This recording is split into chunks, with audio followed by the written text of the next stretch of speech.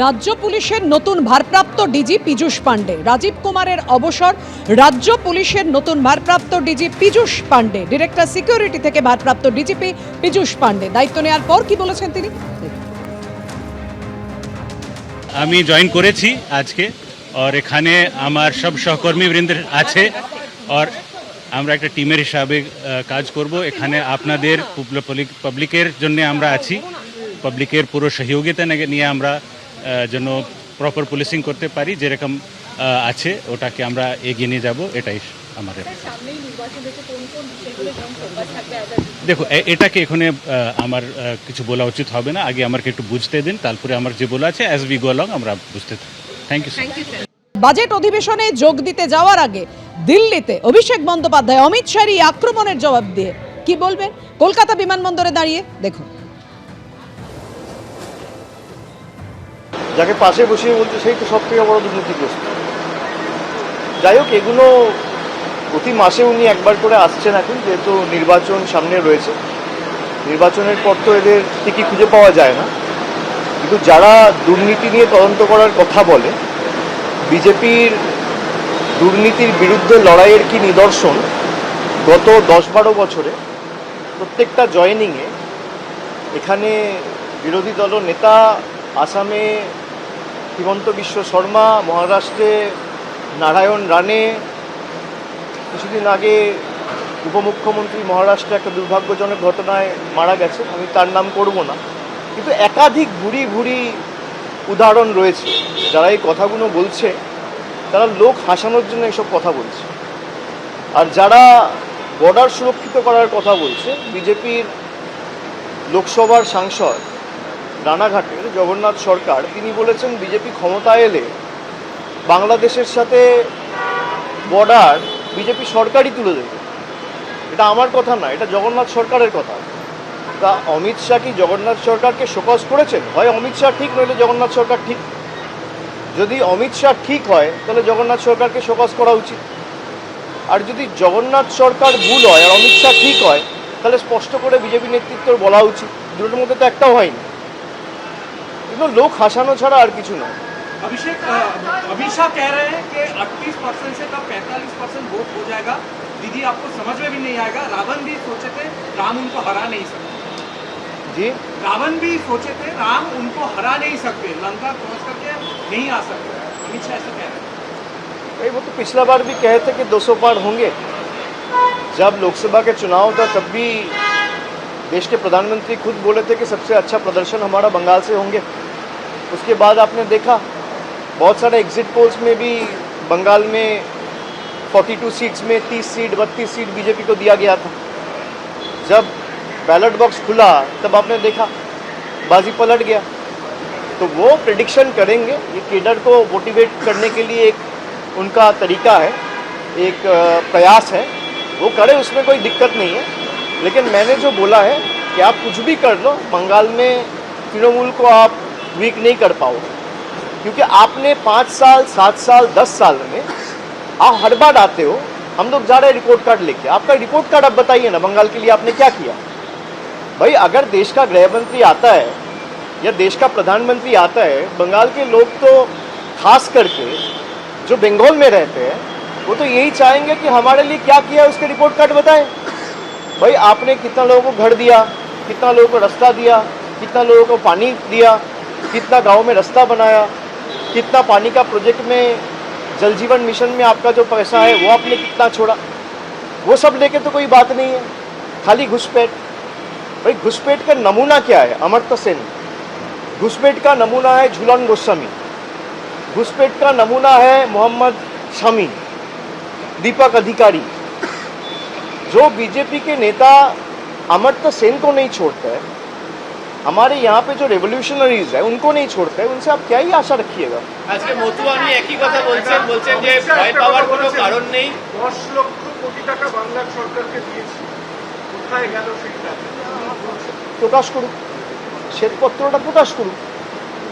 10 লক্ষ কোটি টাকা কি খাতে দেওয়া হয়েছে।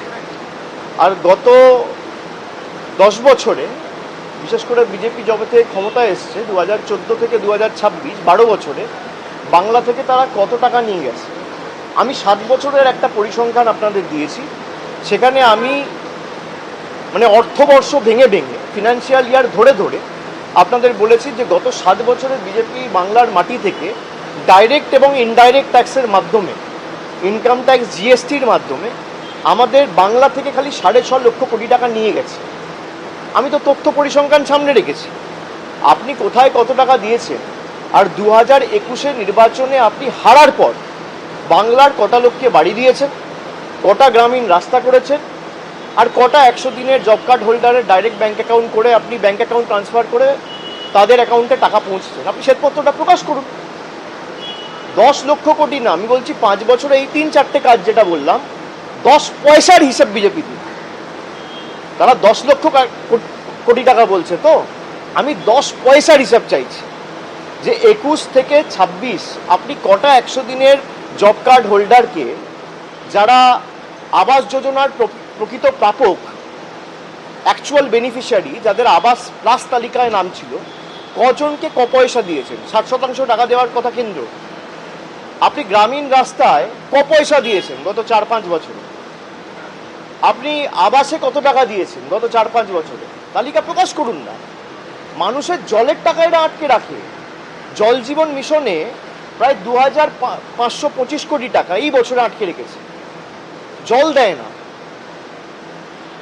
বলছি এসআইআর নিয়ে যতই বিরোধ দেখান, এসআইআর হবে, নিয়ম মেনেই হবে, এবং মতুয়া নিয়ে আপনারা ভয় দেখানোর চেষ্টা করছেন, তাদের ভয় পাওয়ার কোনো কারণ নেই। একই রেফারেন্সে দুটো কথা উল্লেখ করছেন। আরে ওদের নেতারাই তো বলেছে মতুয়া ভাইদের যদি নাম বাদ দেয় বাদ দেবে। তৃণমূলকে আক্রমণ না করে বিজেপি আগে ডিসিপ্লিনারি অ্যাকশন, যে বিজেপির সাংসদরা মতুয়ার বিরুদ্ধে কথা বলে, মতুয়াকে ভয় দেখাচ্ছে কে? শান্তনু ঠাকুর, অসীম সরকার। বাংলায় কে বলেছিল এসআইআর ঘোষণা হওয়ার আগে যে 1 কোটি লোকের নাম বাদ যাবে? তা মানুষকে ভয় দেখাচ্ছে কে? তৃণমূল তো বলেনি। বিজেপির নেতারাই তো বলেছে 1 কোটি লোকের নাম বাদ যাবে। বিজেপির নেতারাই তো বলেছে ড্রাফট লিস্ট পাবলিশ হওয়ার পর দেখবেন সংখ্যাটা যখন অ্যাকচুয়াল বেরোবে, ফাইনাল ভোটার লিস্টে 1 কোটি নামই বাদ যাবে। বিজেপি তো টার্গেট সেট করে দিচ্ছে ইলেকশন কমিশনের জন্য। এরা কিভাবে কথা বলে? এরা তৃণমূলকে আক্রমণ করছে, মতুয়া ভাইদের ভয় দেখিয়েছে কে? কেউ বলেছে 1 লক্ষ নাম বাদ গেলে বাদ যাবে, কেউ বলেছে 5 লক্ষ মতুয়া ভাইদের নাম বাদ গেলে বাদ যাবে, কেউ বলছে 1 কোটি বাঙালির নাম বাদ যাবে। যারা আমাদের রোহিঙ্গা বাংলাদেশি বলে দাগিয়ে দিয়েছিল, আজকে ড্রাফট লিস্ট থেকে যে 58 লক্ষ লোকের নাম বাদ গেছে, তাদের মধ্যে কতজন রোহিঙ্গা আর কতজন বাংলাদেশি? আজকে তো 1 মাস হলো। আমি 31শে ডিসেম্বর দিল্লিতে গেছিলাম নির্বাচন কমিশনের সাথে বৈঠক করতে। আমরা দাবি রেখেছিলাম, 1 মাসের মধ্যে প্রকাশ করেছে যে কজন বাংলাদেশি এই বাংলায় ভোটার লিস্টে ছিল, কজন রোহিঙ্গা এই বাংলার ভোটার লিস্টে ছিল ধরা পড়েছে। তালিকা কে প্রকাশ করবে? জায়গায় জায়গায় বাঙালিদের বাংলাদেশি বলে দাগিয়ে দিয়ে আমাদের ভাষা, আমাদের সংস্কৃতি, আমাদের কৃষ্টিকে অপমানিত করা, আমাদের ভাষাকে অস্বীকার করা, আমাদের মনীষীদের অপমান করা, এ তো বিজেপি করেছে। আপনি তৃণমূলের সাথে লড়ছেন।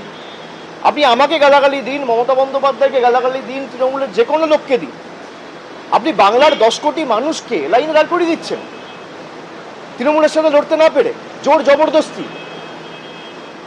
সেই লজিক্যাল ডিসক্রিপেন্সির লিস্ট তো আলটিমেটলি সুপ্রিম কোর্টের হস্তক্ষেপের কারণে আপনাকে প্রকাশ করতে হলো। এখনো অনেক জায়গায় লিস্ট টাঙানো হয়নি। লিস্ট টাঙানোর দায়িত্ব ইলেকশন কমিশনের। ইলেকশন কমিশন অনেক জায়গায় বলে দিচ্ছে মৌখিকভাবে আধার নেওয়া যাবে না। আরে যারা লজিক্যাল ডিসক্রিপেন্সির কেসে ডাকছেন তারা তো ম্যাপড, তাদের নাগরিকত্ব নিয়ে তো কোনো প্রশ্ন নেই। তাহলে আধারটাকে তো আপনাকে আইডেন্টিটি প্রুফ হিসেবে গণ্য করতে হবে, মান্যতা দিতে হবে। আপনি লজিক্যাল ডিসক্রিপেন্সিতে মৌখিকভাবে বলে দিচ্ছেন সিইওর অফিস থেকে যে আধার অ্যাকসেপ্ট করা যাবে না, আর রাইটিং দিচ্ছেন না। কেননা যেই আপনি ইন রাইটিং লিখিতভাবে দেবেন সেটা সুপ্রিম কোর্টে চ্যালেঞ্জ হবে। আমরা তো এটাই প্রথম দিন থেকে বলে আসছি। যারা এসআইআর করে মানুষকে ভীত সন্ত্রস্ত, ভয় দেখাতে চেয়েছিল, তারা আজকে বুঝতে পারছে যে এসআইআর করতে গিয়ে তাদের পায়ের তলার যেটুকু মাটি ছিল সেটুকু ছড়ে গেছে। বিজেপির যে ভোট শতাংশ ছিল, আগামী দিন দেখবেন কি অবস্থা হয়। এবিপি আনন্দ, এগিয়ে থাকে, এগিয়ে রাখে।